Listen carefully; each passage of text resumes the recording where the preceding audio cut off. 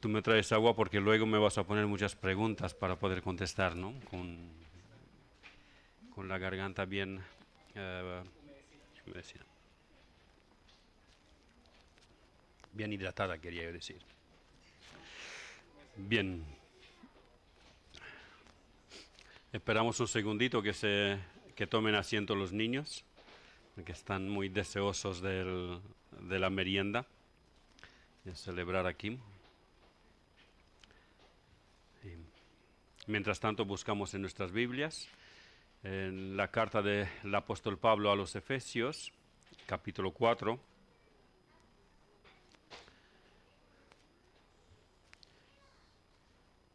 No daremos lectura a los tres textos seguidos, sino de momento solamente leeremos el versículo 11 de Efesios 4, luego enseguida pasamos a Primera de Timoteo y cuando llegará el momento leeremos el pasaje de Tito.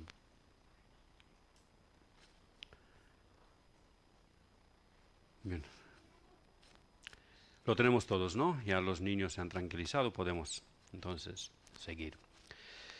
Efesios 4:11 dice lo siguiente: y él mismo constituyó a unos apóstoles, a otros profetas, a otros evangelistas, a otros pastores y maestros. Como he dicho ya, pues esta es la 12ª parte de esta serie sobre los dones espirituales, en cual ahora pues damos un espacio amplio a la parte de los pastores y maestros. Una vez que ya hemos leído el pasaje de Efesios, os invito por favor que vayamos ahora a Timoteo, primera epístola de Pablo a Timoteo,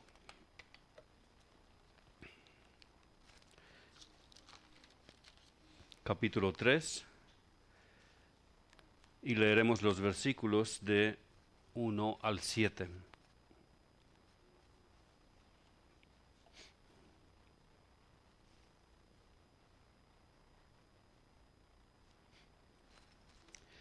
Palabra fiel: si alguno anhela obispado, buena obra desea, pero es necesario que el obispo sea irreprensible, marido de una sola mujer, sobrio, prudente, decoroso, hospedador, apto para enseñar, no dado al vino, no pendenciero, no codicioso de ganancias deshonestas, sino amable, apacible, no avaro, que gobierne bien su casa, que tenga a sus hijos en sujeción con toda honestidad, pues el que no sabe gobernar su propia casa, ¿cómo cuidará de la iglesia de Dios?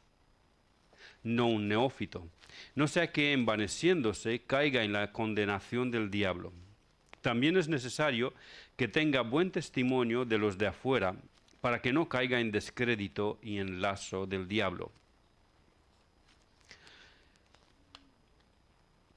Hasta ahora, en esta serie sobre los pastores y maestros, con asunto de los requisitos, o el requisito, mejor dicho, del pastor, hemos visto que es necesario que el obispo sea irreprensible. Es decir, el primer punto, que sea marido de una sola mujer, es decir, que sea varón, que sea monógamo y que sea fiel a su esposa. El segundo, que tenga hijos que no estén acusados de disolución ni de rebeldía, según Tito 1:6. Que gobierne bien su casa, que tenga a sus hijos en sujeción con toda honestidad, es decir, que tenga hijos obedientes y respetuosos, y en cierto modo reverentes. El tercer requisito que hemos observado, que sea sobrio, prudente y decoroso. Es decir, no un payaso chistoso, sino medido, decoroso en la vestimenta y en el porte. El cuarto requisito, que sea hospedador, es decir, hospitalario con los necesitados, aun arriesgando su integridad y su vida si es necesario. El quinto requisito, que no sea dado al vino, que significa no necesariamente abstemio, pero con dominio propio y sabiduría. El sexto requisito, que no sea pendenciero, sino amable y apacible, es decir, no alguien de mecha corta, no alguien explosivo, sino sobrio, prudente, alguien de mecha larga, alguien de mucha paciencia. Y la última que vimos la semana anterior, que no sea codicioso de ganancias deshonestas, que no sea avaro. Esto no elimina que sea diligente y esforzado en lo económico, pero no uno con el afán de enriquecerse. Esto es lo que hemos visto hasta ahora. Y esta tarde iniciamos el estudio con un requisito que es la prohibición de recibir como aspirante al pastorado a un neófito, y la razón de esa prohibición. Luego, hacia el final de este estudio, abordaremos otro requisito que aparece en la lista dada en Tito, requisito estrictamente relacionado con la razón de la prohibición para los neófitos en el ministerio pastoral. Así que entramos directamente en materia. Versículo 6 de nuestro texto que hemos leído de 1 de Timoteo, el octavo requisito, que no sea un neófito, no sea que envaneciéndose caiga en la condenación del diablo. Pero, ¿qué quiere decir la palabra neófito? Se refiere a un recién convertido, literalmente, en traducción literal de la palabra en griego, un recién plantado. Uno de los 3 términos sinónimos que el Nuevo Testamento usa para referirse al ministerio pastoral es anciano. ¿Os acordáis que hemos hablado que anciano, obispo y pastor son 3 términos diferentes que a la vez son sinónimos, se refieren al mismo cargo? Y uno de esos 3 términos, anciano, no pega mucho con neófito, ¿verdad? Es lógico que un anciano no puede ser un recién plantado, un recién convertido, un neófito. Por supuesto, anciano no se refiere necesariamente a alguien de mayor edad, así como neófito o recién plantado no se refiere a alguien joven de edad. Timoteo, por ejemplo, era un joven cuando Pablo le escribió esta epístola y era un anciano en la iglesia. El apóstol Juan también era muy joven cuando fue llamado por el Señor Jesucristo a seguirle. Se estima que tenía unos 20 años de edad solamente. Es decir, con unos 24 ya era un anciano, ya era un apóstol, más que un anciano. Existen excepciones de jóvenes muy maduros y prudentes, y también existen excepciones de personas muy mayores que se convierten a Cristo. No son la norma, pero hay estas excepciones, se dan estas excepciones. En nuestro texto, neófito o recién plantado no se refiere a alguien joven, sino a alguien inmaduro espiritualmente hablando.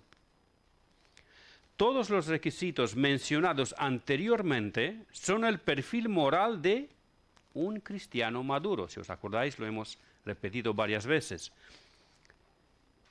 El perfil moral de un cristiano maduro. Y ahora Pablo insiste y recalca de nuevo la necesidad de que la persona que desea y se dedica al ministerio pastoral de ninguna manera debe ser alguien inmaduro, un neófito, un recién plantado, un recién convertido. Tiene que ser alguien maduro, un creyente maduro. La práctica general de la Biblia en este aspecto es que los neófitos aprenden, maduran, y si luego el Señor les llama al ministerio, sirven en la obra que el Señor les llamó.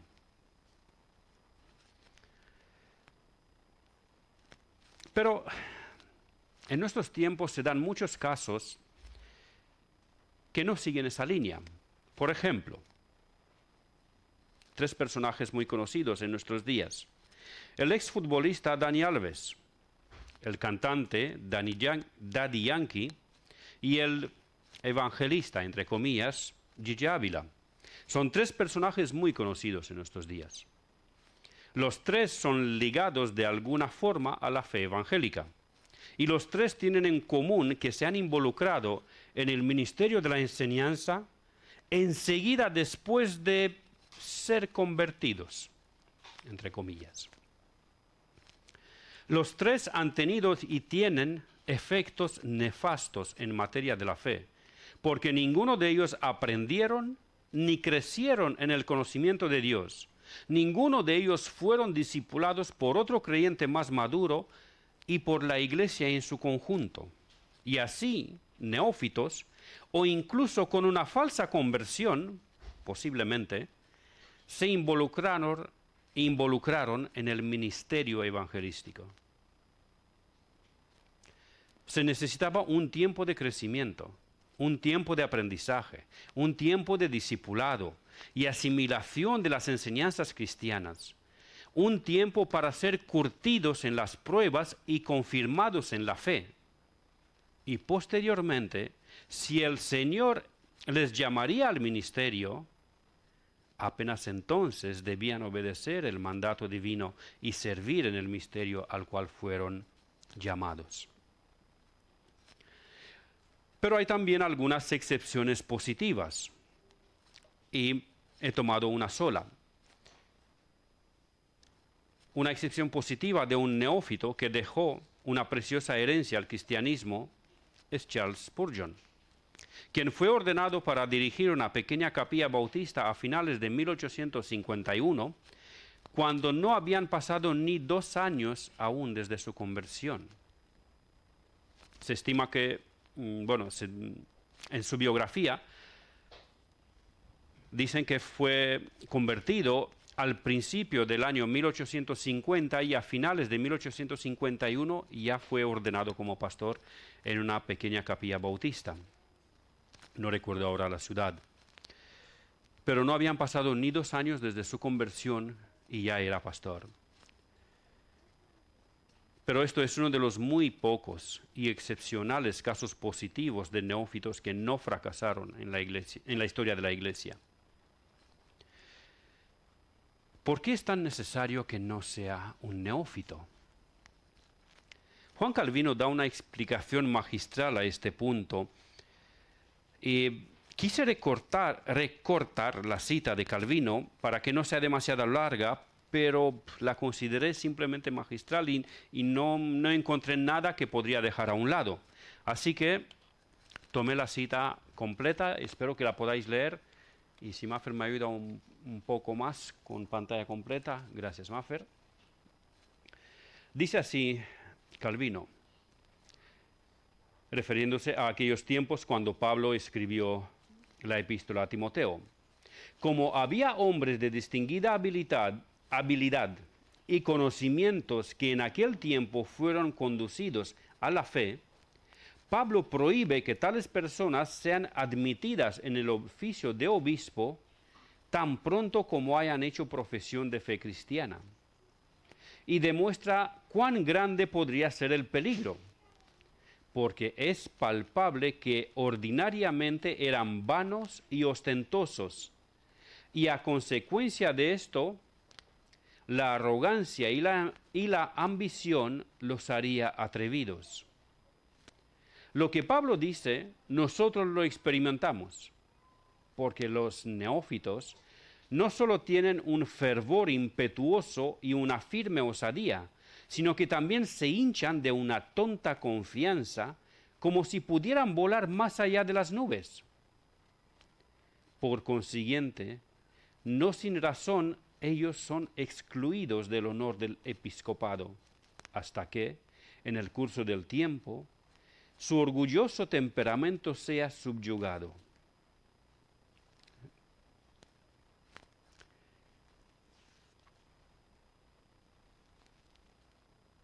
Calvino explica claramente por qué no puede ser un neófito obispo en una iglesia.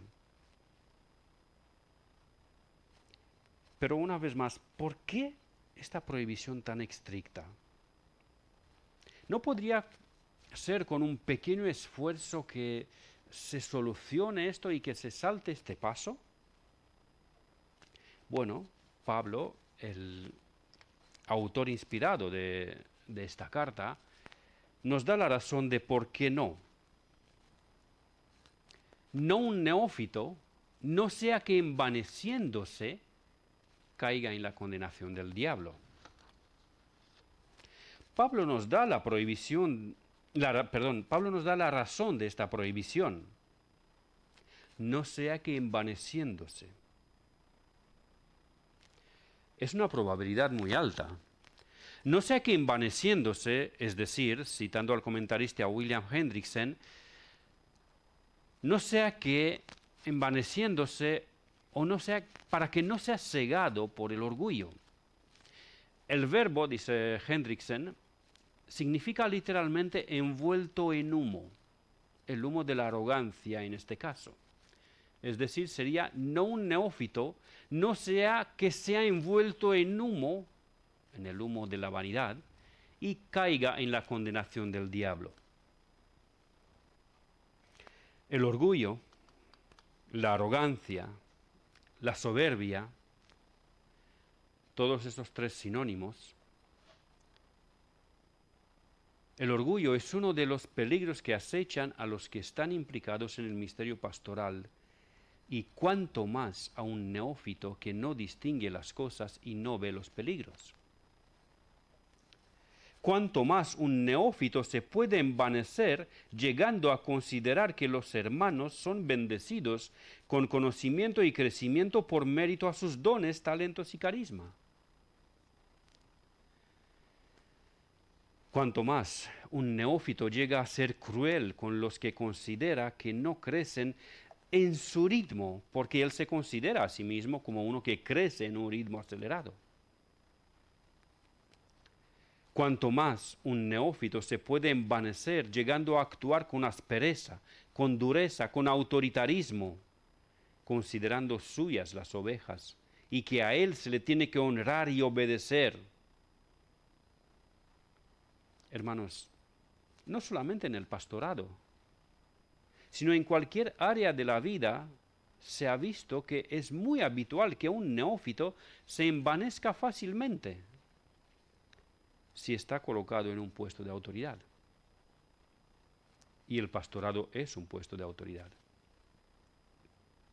El orgullo, la arrogancia, la soberbia, la altivez, son totalmente antinaturales en cualquier cristiano, porque el cristiano sabe que fue salvo por pura gracia.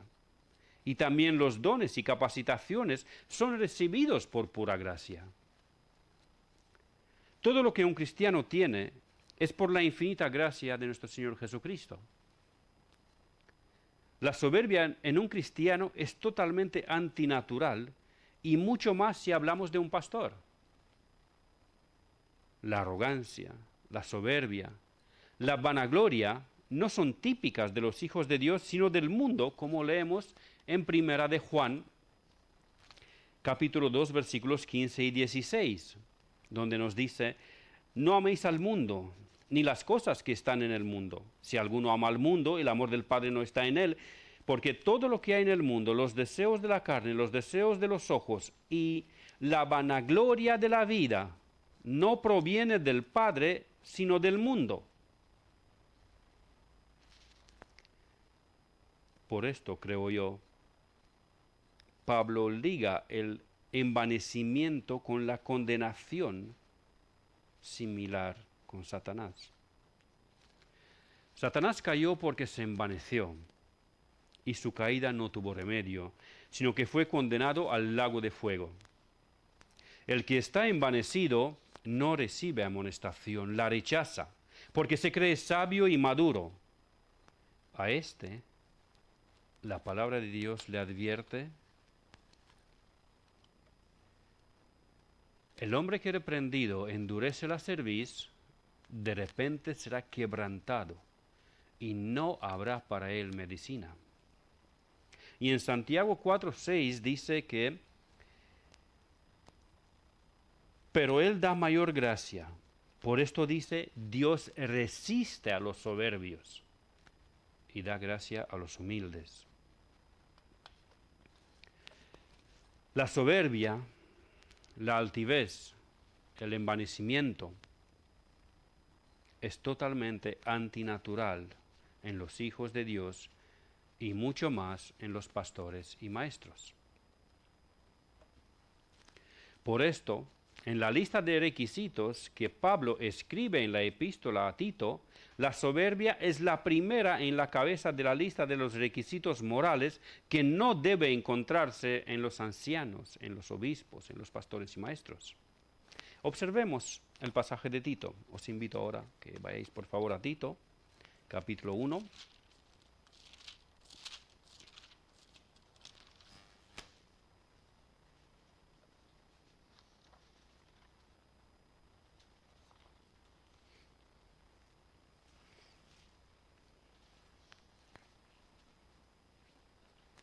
Leeremos solo los versículos de 5 al 7. Tito capítulo 1, de 5 al 7. Por esta causa te dejé en Creta, para que corrigieses lo deficiente y establecieses ancianos en cada ciudad, así como yo te mandé. El que fuere irreprensible, marido de una sola mujer, y tenga hijos creyentes que no estén acusados de disolución ni de rebeldía. Porque es necesario que el obispo sea irreprensible como administrador de Dios, no soberbio, no iracundo, no dado al vino, no pendenciero, no codicioso de ganancias deshonestas. No soberbio. El primer requisito de la lista de requisitos morales. Un neófito está en una postura de mucho riesgo si se le concede un puesto de obispo, un puesto de pastor. Por supuesto, no solo en esta situación un neófito está tentado a envanecerse, pero en estas circunstancias mucho más. ¿Podemos entonces concluir que el riesgo de caer en soberbia es solamente para los neófitos? Muy bien, no. De ninguna manera. Son conocidos los casos de personas maduras en la fe que son llenos de soberbia. Por eso la advertencia clara del apóstol Pablo a Tito. Un cristiano soberbio es totalmente antinatural. Es como un color blanco que es negro. Es absurdo, es contradictorio. Cada uno de nosotros sabemos de dónde nos ha rescatado nuestro Señor en su gran misericordia para con nosotros. ¿Qué lugar cabe la soberbia en un cristiano? Refiriéndose exactamente a esto, exclama el apóstol Pablo, ¿dónde pues está la jactancia? En Romanos 3, del 23 al 27. Leeré el pasaje. Por cuanto todos pecaron y están destituidos de la gloria de Dios, siendo justificados gratuitamente por su gracia, mediante la redención que es en Cristo Jesús, a quien Dios puso como propiciación por medio de la fe en su sangre, para manifestar su justicia a causa de haber pasado por alto en su paciencia los pecados pasados, con la mira de manifestar en este tiempo su justicia, a fin de que Él sea el justo y Él que justifica al que es de la fe de Jesús. ¿Dónde pues está la jactancia? Queda excluida. ¿Por cuál ley? ¿Por la de las obras? No, sino por la ley de la fe. Refiriéndose exactamente a esto, a lo que cada uno de nosotros sabemos de dónde nos ha rescatado nuestro Dios. Cuánta gracia nos ha dado, porque todos pecamos y todos estábamos destituidos de la gloria de Dios, mas Él nos justificó gratuitamente por su gracia. ¿Cómo entonces un cristiano puede jactarse? ¿Cómo entonces un cristiano puede volverse soberbio? En otro lugar, aunque ciertamente habla de otro tema, de los partidos en la iglesia en Corinto, el apóstol dice, porque ¿quién te distingue? ¿O qué tienes que no hayas recibido? Y si lo recibiste, ¿por qué te glorías como si no lo hubieras recibido? ¿A qué se refiere concretamente Pablo aquí en este punto. Primero, repito, en esta cita de Primera de Corintios, Pablo habla de envanecerse por identificarse como discípulos de Pablo, de Apolo, de Cefas, es decir, Pedro, o de Cristo. En la iglesia en Corinto, pues cada uno de los creyentes presumían de quién fue su maestro, quién fue quien lo discipuló, quien lo evangelizó, quien lo hizo crecer.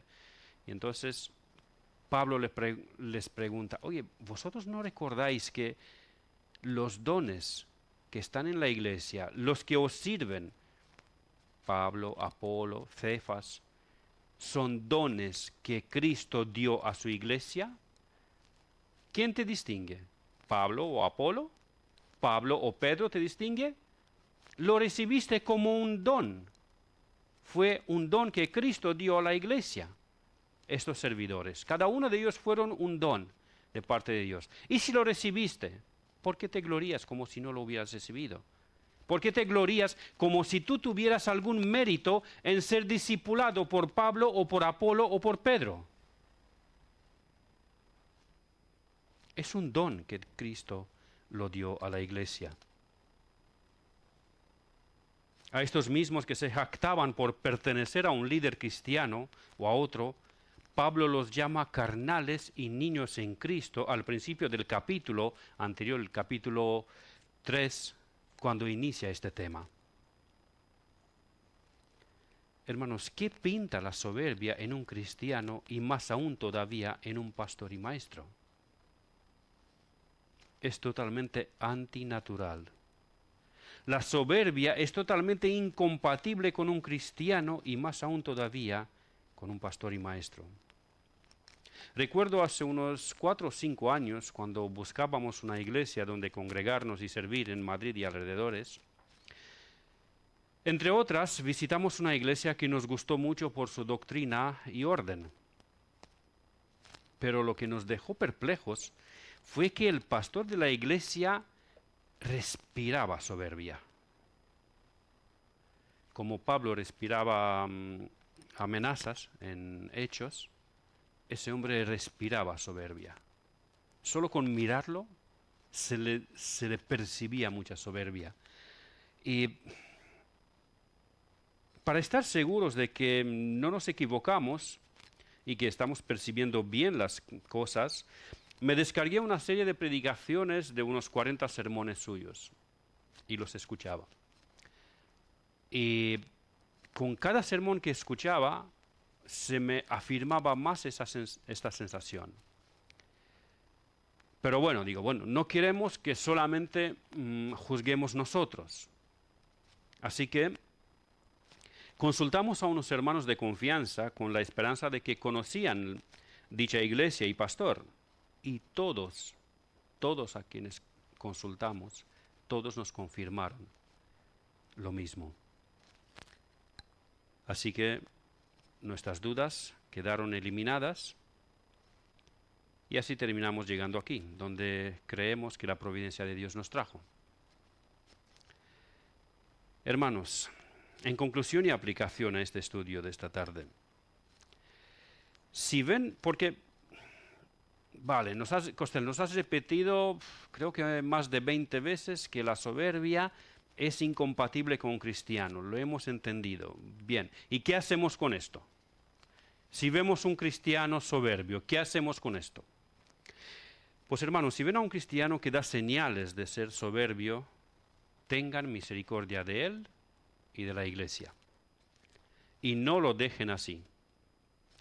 Exhórtenle con mucha oración para que el Señor tenga misericordia de él y lo convenza de su pecado.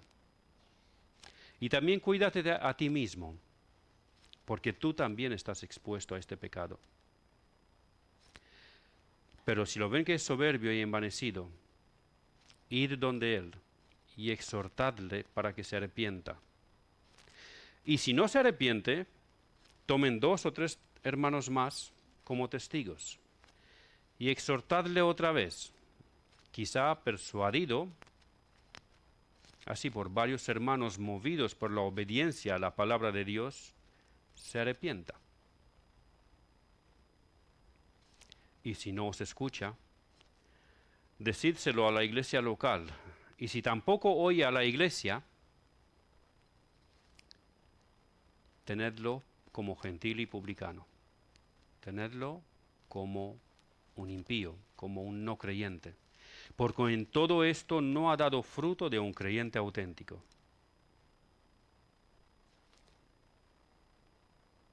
Amados hermanos, la soberbia es totalmente antinatural en los cristianos y mucho menos en los pastores y maestros. Si ves a un pastor y maestro siendo soberbio, el mismo mandato tienes de parte del Señor. De hecho, mucho más si es un pastor o un diácono, porque el daño que hará con su soberbia será mayor. Usa las herramientas que el Señor ha puesto a tu disposición y con espíritu de mansedumbre ve y exhorta a ese pastor. Un obispo, un pastor, un maestro no debe ser soberbio. Si lo es, se ha descalificado y no puede seguir en el cargo, por lo menos temporal, hasta que demuestra el arrepentimiento y los frutos dignos de arrepentimiento. Y si no se arrepiente, tenlo por gentil y publicano, porque no ha mostrado la humildad y mansedumbre típica de un cristiano, salvo por la gracia de Dios, sustentado por la gracia de Dios, y capacitado y usado por la gracia de Dios. No ha dado señales de que es así. Hermanos, no sean tardos en obedecer el mandato de Dios. No sean tardos en obedecer el mandato de Dios. Si ven a un hermano soberbio, exhórtenle y quizás salvarán un alma de la muerte, como dice Santiago. Si no lo hacen, serán culpables de complicidad al pecado de la soberbia y también culpables por pasividad. Alguno dirá, bueno, hermano, yo no soy quien para juzgar. Pero Dios te ha mandado que lo hagas. ¿Acaso te crees más bueno, más amoroso, más sabio o más humilde que Dios? Espero que no. Entonces, ¿por qué no obedeces?